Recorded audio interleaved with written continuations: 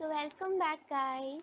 What we are going to start today is with software engineering practical, that is your SYIT practical, that is of SEM 4, and today we are going to start with its practical 1, that is all about class diagram. Okay, so first today we'll study what is class diagram, then we'll see how we need to develop the class diagram, and for developing these diagrams which software is used.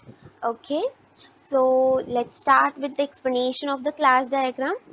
So see, now basically class diagram is a diagram that models, that represents the static structure of a system.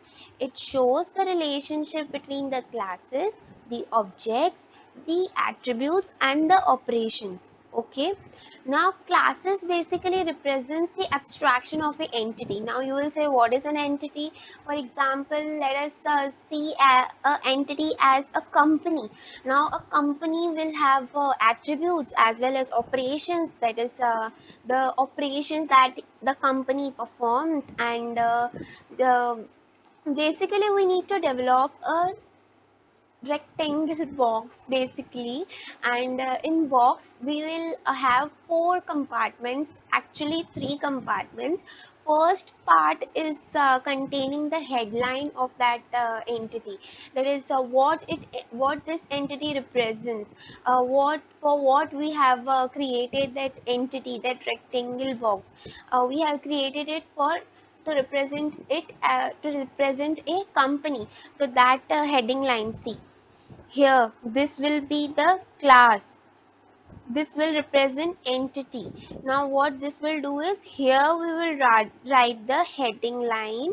This heading line will be centered, bold, and this will also be in capital letter.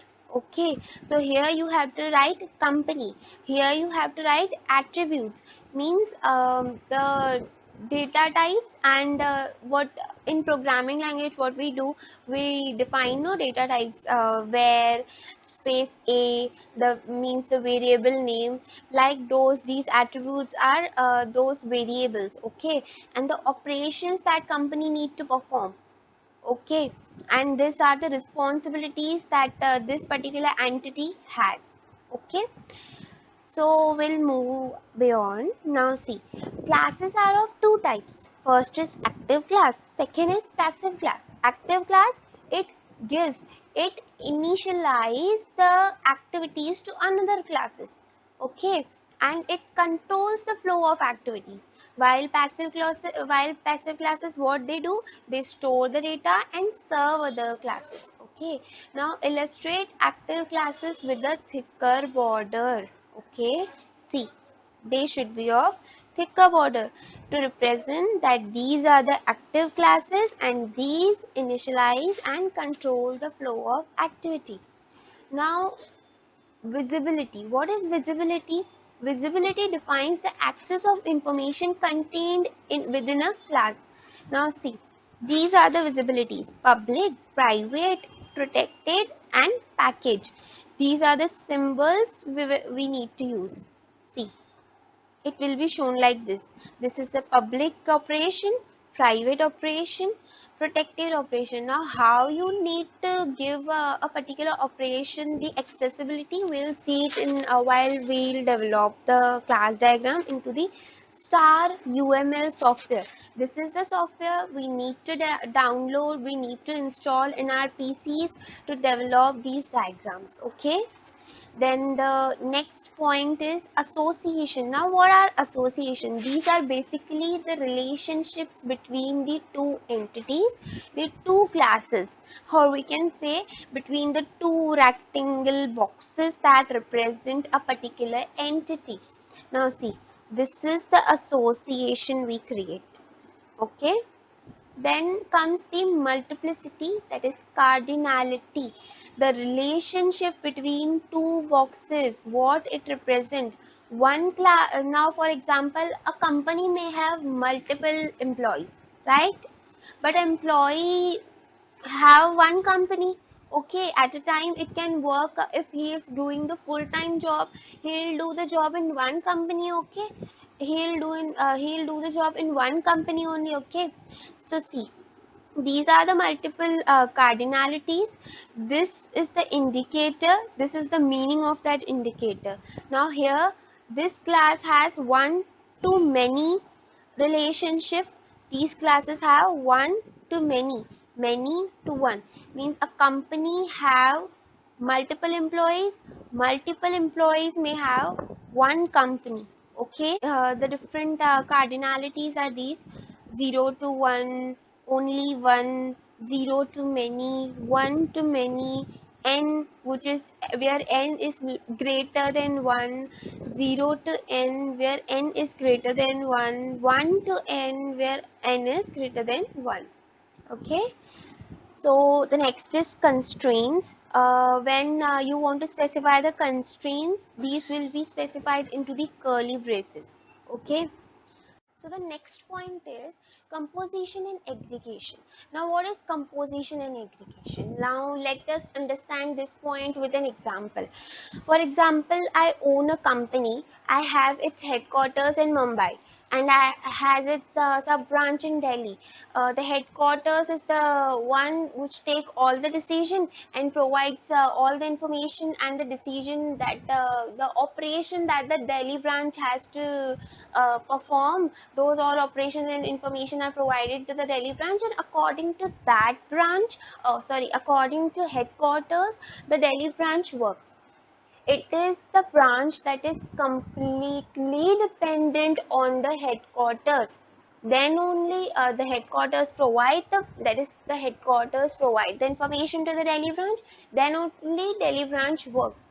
Until and unless it will wait for the orders to come from the Mumbai branch, that is headquarters. So now I want to specify this one relationship between two entities. What I'll do, this symbol need to be used at this time, the filled diamond. This symbol specifies that class A, that is the headquarters, is the one on which the branch which is in Delhi is completely dependent. Now what if headquarters plays a very important role in all the operations, but Delhi branch is not dependent on completely on your, or it is not dependent on the headquarters, but headquarters is the one that plays all the important role. So what symbol that at that time we need to use? At that time we will use the diamond only, but this diamond will not be filled. See, like this. Okay, when these two are not completely dependent, but this class plays a very important role in all the operations at that time, this relationship, this symbol is used. This is called as aggregation. And when a class A, means a company headquarters plays an important role, and the company branch that is located in Delhi is completely dependent on the company's headquarter, at that time the filled diamond is used. Okay, then comes the generalization. Now, generalization is basically the another name for inheritance. You all know inheritance is a mechanism of deriving one class from another class. That is, the child class is derived from the parent class. Okay, so now if there are some classes that have these relationship, so at that time, the generalization symbol, that is, this symbol is used to represent that relationship between the classes. Now let us understand this with an example. Now for example, this class is a parent. Now here you can see this class is a parent class. Now let us assume this class is the class of car. This part contain the some attributes such as the parts of the car. This part contains the operation of the car that every car performs, and this part contains the responsibility of the car that every car has, every car, irrespective of its brands. Okay, now these two entities, these two classes are the brands of the car. Now what this class will contain, for example, this entity is for the Honda brand. Okay, so this class will contain those attributes, those operations, those responsibilities that the specialities of Honda brand. Okay, and this will contain the someone something else brand, any other brand of the car. This will contain its specialities. Okay, so this was the first practical of your software engineering. So hope you guys understood this practical. We will we'll develop this diagram into the next video. We'll develop one example on a class diagram. For that, guys, you need to install the Star UML in your PCs. You will get that software anywhere online from any official website. You can download it. I got some messages that some of the students are finding it difficult to search these exe files to install these softwares on their computers. So I am trying one thing. I am trying to provide you one link through which you can get those exe files of the softwares, and you can easily download that exe files actually from that link, and you can install those softwares on your PCs.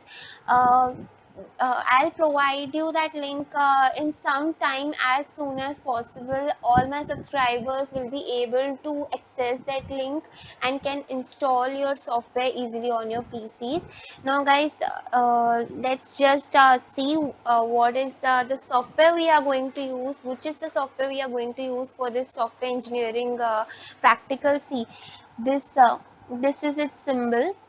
This is the Star UML software.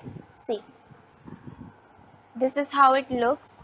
Now we'll see how it works, what steps we need to follow to develop the diagrams into this software into the next video.